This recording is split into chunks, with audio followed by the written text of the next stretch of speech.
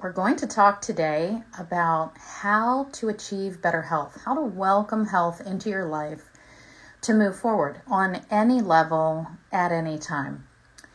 So I want to talk about three different directions that we can consider when we're trying to welcome health that you may not have thought of. We always think about eating better and sleeping better, and those things are super important, but you've got that piece, or you can find that piece. So what I want to share with you today is some of the ways that you can start getting unblocked to be able to leverage those things to really move forward. The first thing I want to talk about is prioritizing yourself. This is something that many of us struggle with, especially if we have chronic illness, especially if we have family members with issues. It's very hard to find the time for our own needs. Why is this? Why is it so hard? Remember, what we perceive is what we create. We are very strong creative beings.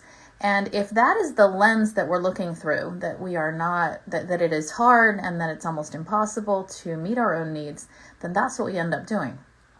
So some of the filters that we may have within us that propagate that pattern, we may not feel worthy.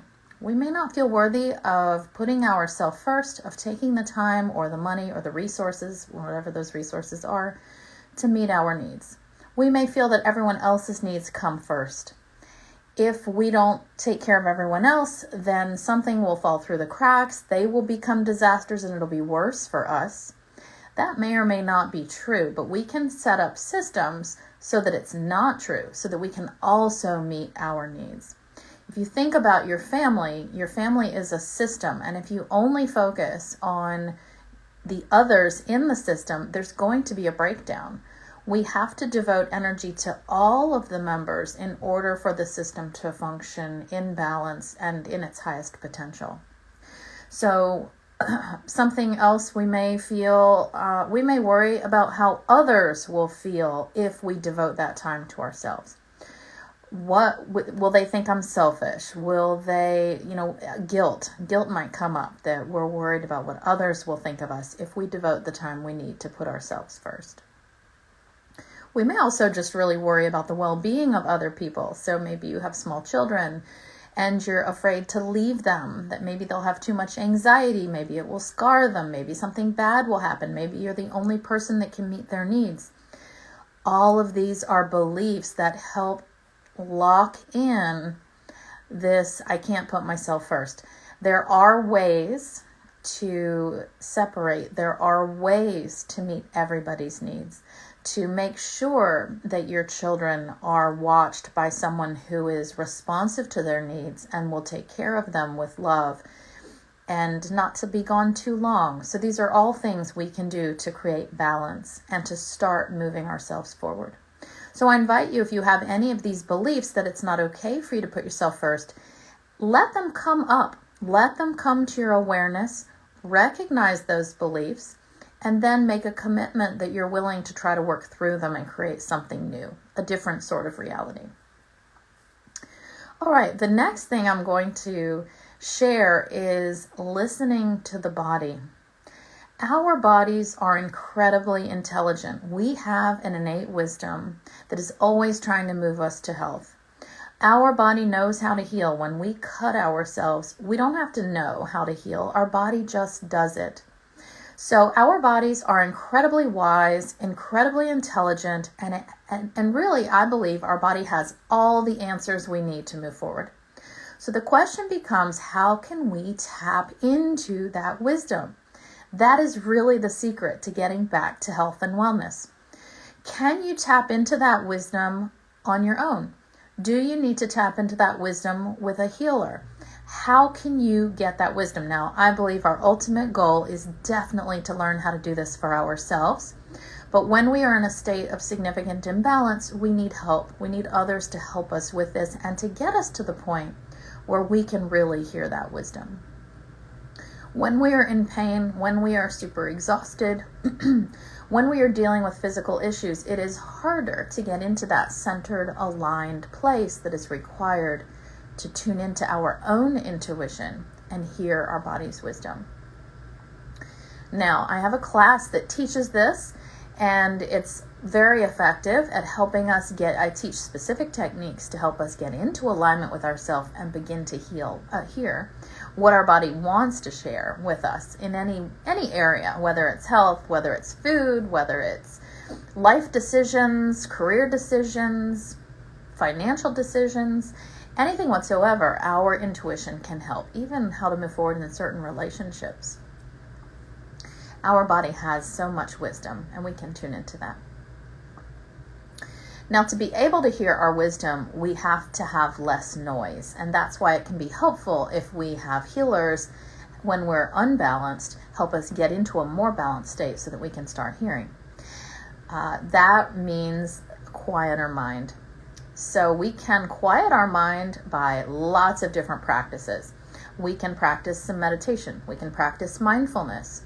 We can just interrupt our mind and bring us back to the present moment with whatever is in front of us and pay attention to it rather than the stories going on in our mind. So I encourage you to be aware of how busy your mind is and to give it permission to start to settle. And that's going to let you start listening to your body. And your body is always the quarterback. It's always the thing that knows how to move you forward to better health.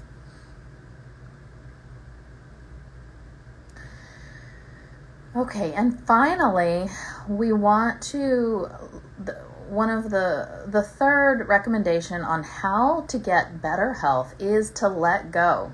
So frequently, we are locked in control and resistance with ourselves.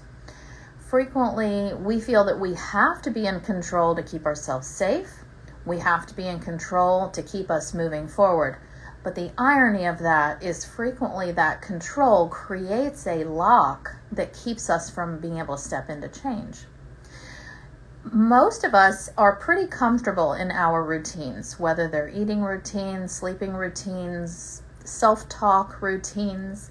We get comfortable in the status quo where we are. And so it can be a little bit hard to start stepping into newness. Even when we know we want whatever it is, it can be hard to take that step. So this is the letting go piece, is to tune into ourselves and really say, I'm ready to make a change. I ditch the control. I'm ready to ditch the resistance. I'm going to have some anxiety maybe. Maybe I'm going to have fear or worry of stepping into something new, but I'm going to push through it. This is the piece, the commitment to pushing through the discomfort of newness, of change, that will start welcoming new situations and you stepping into a higher vibration, into better health on all levels, whatever it is you're looking for.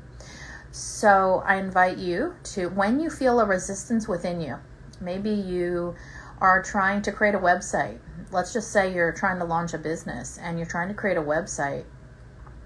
And every time you sit down to work on it, a million other excuses come up and you just feel like you can't do it. It's not comfortable. You're going to screw it up. That is all resistance and fear of stepping into that new level. So if we can begin to see those emotional thoughts and emotions coming up as blocks rather than something we need to honor, we want to honor it, but we don't want to listen to it. We don't want to let it stop us. So if we can see that as resistance, we can start stepping into our potential and stepping in to better health.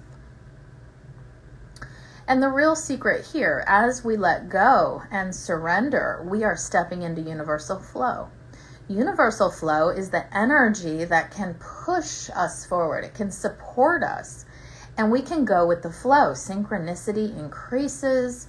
Things just click into place. They start to happen. If we can get ourselves out of the way, this all becomes our reality. And it's really awesome when we get to that point. Once we know, when those emotions come up that are trying to stop us, we see them, we feel them, and then we just don't listen to them. We keep pushing forward. So prioritizing ourselves, listening to the body, and letting go of resistance, that block. These are three a little bit different ways. If we can start to address these or at least bring them to our awareness, we can start to achieve better health. All right, I hope this gets your week off to a great start. Have a lovely week. Chat soon.